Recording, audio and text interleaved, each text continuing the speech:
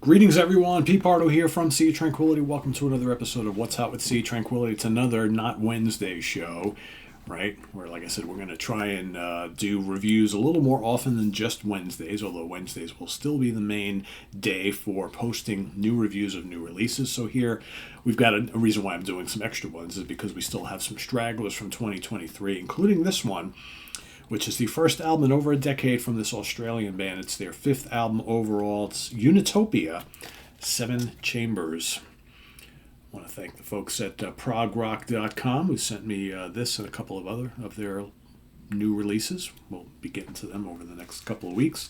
But this is probably the most notable of all of them. Of course, this is a band from South Australia. They've been around since like the late 90s, but after a couple albums, they kind of disappeared for, like I said, over a decade. Their last album came out, I think it was 2012. So this is their first new one in quite a bit. Let's take a look at it before I talk about who's in the band. All right, it is a double album, yes indeed. And there they all are. You might see a couple familiar faces there.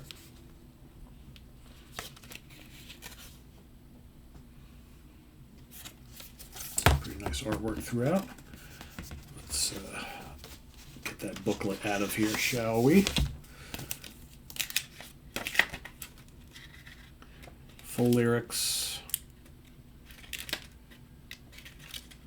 I believe the first disc is 70-something minutes long, and the second is 37, something like that.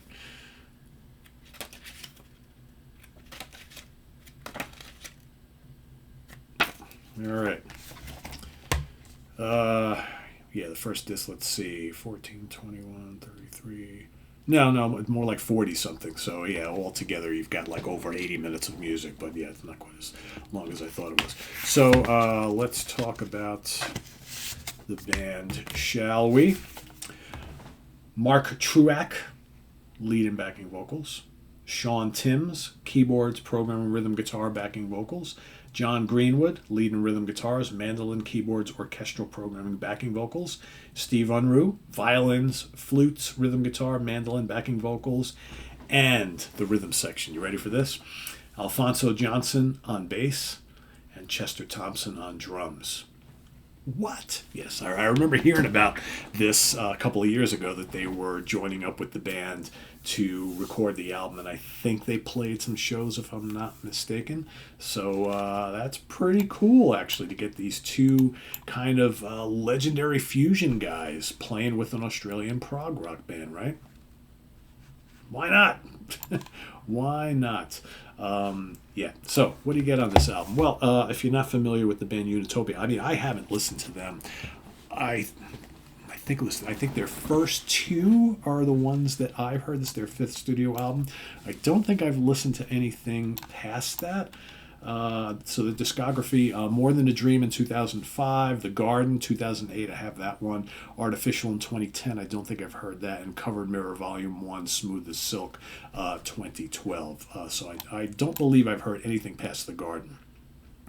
And they put out a live album in 2011 as well, called One Night in Europe. So, to me, this band is a perfect example of a modern, more contemporary progressive rock band. To me, if you like bands like the Flower Kings and Spock's Beard, it's kind of along those same lines. Lots of keys, some occasional kind of, aggressive electric guitar, but very symphonic in nature, very vocal oriented, very melodic. Their music is very melodic. There's lots of hooks here, great lead and backing vocals, and pretty memorable songs. So you got like some epics here, and you got some slightly shorter pieces, but everything is pretty long. So disc one, you've got Broken Heart, just over 8 minutes long. That's a good track. Something Invisible, which is the shortest piece on the album, and that's just under 7 minutes. Might be my favorite song on the album. That's really good. I really get some vintage Flower Kings vibes here. Again, the way they kind of layer the vocal harmonies, the sizzling guitars, loads of keys, really, really nice stuff. Bittersweet is a really good track. Mania, also really good. Very melodic. The Stroke of Midnight's a really good piece as well. So disc one, really good, and on repeated listens it gets even better. And then over on disc two, the real kind of like the way this band kind of saddles their songs with all this emotion. Really comes out on disc 2, and again, it's just based on 2 epics, right? You got Helen, which is just under 20 minutes long, and then The Uncertain, which is just over 18 minutes long. You know, brooding passages, big symphonic swells. It rocks. It's very melodic. You know, musically, there's all sorts of cool, intricate things going on here, but it's not all about that. And it's a really good sounding record. It's produced by the band. Like I said, this is one of those albums, there's a lot of material here.